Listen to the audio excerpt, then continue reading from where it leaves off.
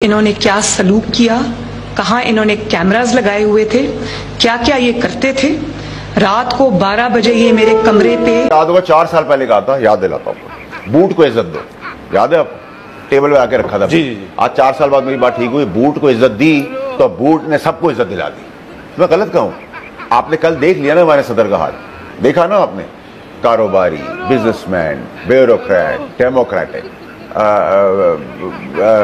Bureaucracy, excitement तो थी ना, ये एक्साइटमेंट थी ना। मुल्क भर में जो दहशतगर्दी है उसके पीछे आजकल हमारी गुंडा ममता नजर आती है। मुल्क भर में तेज आंधी के बाइस मुकदमा इमरान खान पर दर्ज कर लिया गया और मौक़िफ़ इख्तियार किया गया कि पीटीआई हर वक्त मुल्क में सुनामी का जिक्र करती रहती है और तूफान इसी के कारण आया है। दोस्तों, पाकिस्तान में वो जिंदा लाशें मौजूद हैं जिन्हें ये भी नहीं मालूम कि किधर बैठना है। तकरीर करने बैठते हैं तो बौखला जाते हैं, लिखते हैं तो थक जाते हैं। कोई तकरीर लिख कर दे तो पढ़ना गवारा नहीं। सदर आसिफ अली जरदारी अब एक जिंदा लाश की मानद भटकते फिरते हैं। एक बेटे का रोग है और एक ममता का रोग है जो पूरे मुल्क की ममता बनी नजर आती है और बिलावल को पीछे छोड़ती नजर आती है। जिसने घसीटना था वो वजीर आजम और जिसको घसीटना था वो सदर बन जाता है। इत्तेफाक में बरकत होती है, कहानी तो आप सबने सुन रखी है। उसके पेश नजर ये अपनी जिंदगी को इत्तेफाक के साथ गुजार कर मिल बांट कर खाते नजर आते हैं। आसिफ अली जरदारी की रूह स्टेज तक जाती है और उनके हाथ में कभी कागज थमा दिए जाते हैं और कभी इनाम थमा दिया जाता है। आजकल उनके हाथ अपनी जबान की तरह लड़खड़ाते दिखाई देते हैं। आजकल हुकूमत तो ऐसे चल रही है जैसे पाकिस्तान को वो लोग चला रहे हैं। डिफॉल्ट भी नहीं हो रहा और ना ही चल पा रहा है और क्रेडिट लेने का नाम आ जाए तो सब लाइन में खड़े दिखाई देते हैं। सुकून से तरबूज खाते, स्विमिंग करते, जंग के नक्शे बनाते दिखाई देते हैं। हालात ये है कि नींबू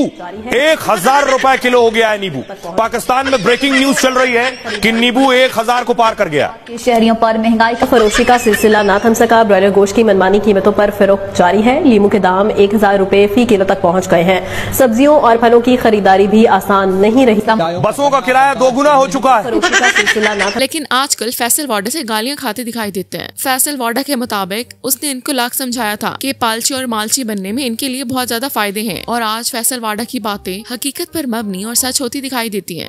एक MS को उड़ा दिया सीएम साहिबा ने म्यू हॉस्पिटल के। अब आपको इसकी एक्चुअल कहानी ये है कि चले ये थिएटर शो तो ठीक है, लेकिन 3 हफ्ते पहले वो MS रिजाइन कर चुका है। उसको रेजिग्नेशन उसको एक्सेप्ट नहीं किया। 3 अरब रुपए का खसारे में वो हॉस्पिटल, दवाइयां कैसे कोई कॉन्ट्रैक्टर देगा? जो दवाइयां सप्लाई करता है उसको 3 अरब आउटस्टैंडिंग है, जितने भी लोग हैं वहां।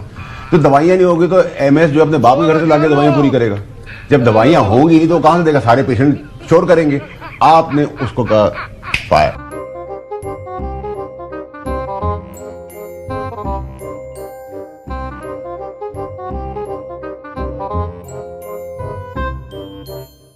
इनकी ट्रॉफीज, इनके कागज कई और थामे दिखाई देते हैं और ये सब लोग कठपुतली बनकर अपनी शक्लें नीचे लटकाकर जमीन पर सजदा रेस होते दिखाई देते हैं। इन फिरौनों का बस चले तो ये लोग सजदे करने में भी तुल जाएं। डड्डू चार्जर के मुताबिक लाहौर कलंदर की बैटिंग और बॉलिंग का सारा प्लान मियां साहब ने डिजाइन किया था। ऑल पटवारी एसोसिएशन का बयान जारी। की तरफ और दूसरा जाता है गुलामी की तरफ।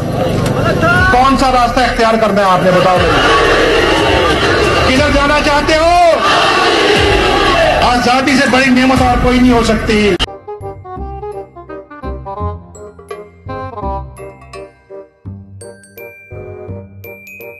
चर्सी लोग बहुत जिंदा दिल होते हैं और बहुत जल्द माफ कर देते हैं। रोहित चर्सी कमेटी के मुताबिक चेयरमैन PGA को माफ करता हूँ। अहमद वली उर्फ मिलो चर्सी का बयान जारी। दोस्तों, इनको नौकरी पे रखने से पहले इंटरव्यू लगाया था जिसके मुताबिक आसिफ अली जरदारी की 90% दिमाग की शरियानें काम नहीं करती। एक ही कमर में दर्द रहता है और एक में प्लेटलेट्स की कमी है और एक बाजी है जिसमें तालीम की कमी है। उनको कोई भी मुंह न आकर बेवकूफ बना सकती है और उनसे पैसे लेकर भाग सकती है। वजीर आजम शहबाज शरीफ की भी प्रमोशन हो गई। पहले जनरल आसिम मुनीर के चपरासी थे, अब फील्ड मार्शल के चपरासी बनते दिखाई देंगे। अगर पठानों को तारीख से निकाल दिया जाए तो फिर नूरजहां के मिली नगमे बचते हैं, क्योंकि पाकिस्तान में वो वक्त दूर नहीं जब लोग नेकी का इरादा करेंगे तो पहले एक पटवारी आजाद करेंगे। दोस्तों, हमारी ममता जिधर भी जाती हैं अपनी तशहीर कराती हैं। दवा खानों पे अपनी फोटो लगवाने के बाद अब ममता ने एक्सरे पर अपनी तस्वीर लगवाना शुरू कर दी, क्योंकि हमारी ममता अपनी फेवरेट दिखाई देती है। झप्पियों पप्पियों के बगैर इनका गुजारा मुमकिन नहीं। आज की वीडियो में हम आपको हमारे प्यारे पॉलिटिशियंस की कुछ ऐसी मिसाई वीडियो दिखाएंगे, मगर उससे पहले अगर आप हमारे चैनल कुछ भी पे नए हैं तो लाइक शेयर सब्सक्राइब करके बेल का आइकन को प्रेस कर दें ताकि आने वाली वीडियोस को नोटिफिकेशन आप तक पहुंच सके।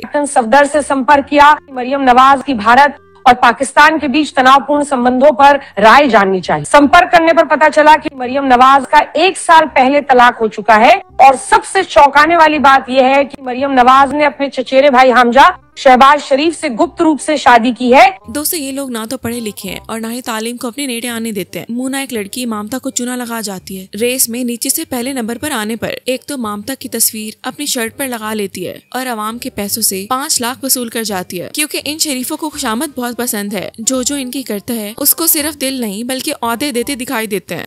हमसाये मुल्क और आलमी बरादरी के साथ मजबूत ताल्लुक कायम करने की ख्वाहिशमंद है, जो बहमी इंतराम और मुस्तक़िल खुशहाली की बुनियाद पर हो। हमारे मुशाइल मुसल्लह अफवाज और कानून नाफिज करने वाले इदारे मादर वतन की हिफाजत के लिए अजीम कुर्बानी दे रहे हैं। आपको याद होगा 4 साल पहले कहा था, याद दिलाता हूँ, बूट को इज्जत दो। याद है आपको? टेबल पे आके रखा था। जी। आज 4 साल बाद मेरी बात ठीक हुई, बूट को इज्जत दी तो बूट ने सबको इज्जत दिला दी। मैं गलत कहूँ? आपने कल देख लिया ना हमारे सदर का हाल, देखा ना आपने? कारोबारी, बिजनेसमैन, ब्यूरोक्रेट। शुक्रिया मंसूर अली खान साहब। और मुझे हैरानी हो रही है, हैरानी के साथ परेशानी भी हो रही है कि आज आप अपने प्रोग्राम में पीटीआई का जिक्र क्यों कर रहे हैं। ये जो पीटीआई है ना, ये अब सिर्फ पाकिस्तान तहरीक इर्रेलेवेंट बन गई, इससे बढ़ के और कुछ भी नहीं था। जो नया पाकिस्तान बना है ना, वो 10 मई के बाद बना है। किसी का जो भी सियासी नारा हो, उसके जो भी सियासी मफादात हो, लेकिन जो असली और हकीकी नया पाकिस्तान बना है वो 10 मई 2025 के बाद। हमारे मियां शहबाज शरीफ भी कुछ ऐसी हरकतें करते नजर आए। स्विमिंग के बाद एक और कारनामा करते नजर आए। नरेंद्र मोदी, मेरी बात ध्यान से सुन लो, अगर तुमने पाकिस्तान का पानी रोका तो अच्छा नहीं होगा। पाकिस्तान का पानी मैंने रोक दिया है। गन्ने का जूस चाहिए तो बताओ, बड़ा ग्लास 50 रुपए का और छोटा ग्लास 20 रुपए का। मेरे कायद नवाज शरीफ ने कह दिया है कि अगर इंडिया ने पानी रोका तो हम जवाब देंगे इंशाल्लाह। तुम ये मत भूलो, हमारे पास राफेल है।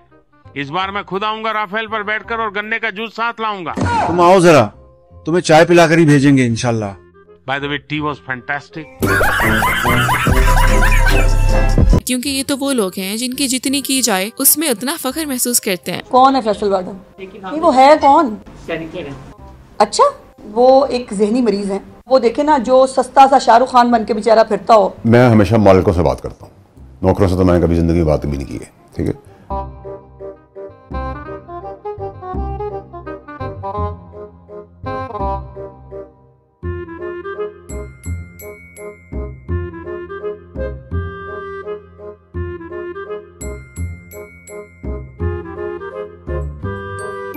आज के लिए इतना ही। अगर आज की वीडियो अच्छी लगी तो वीडियो को लाइक करके चैनल को सब्सक्राइब करके बेल के आइकन को प्रेस कर दें, ताकि आने वाली वीडियोस का नोटिफिकेशन आप तक पहुंच सके। मिलते हैं फिर नेक्स्ट वीडियो में। अपना ख्याल रखिए। अल्लाह ने के बाद।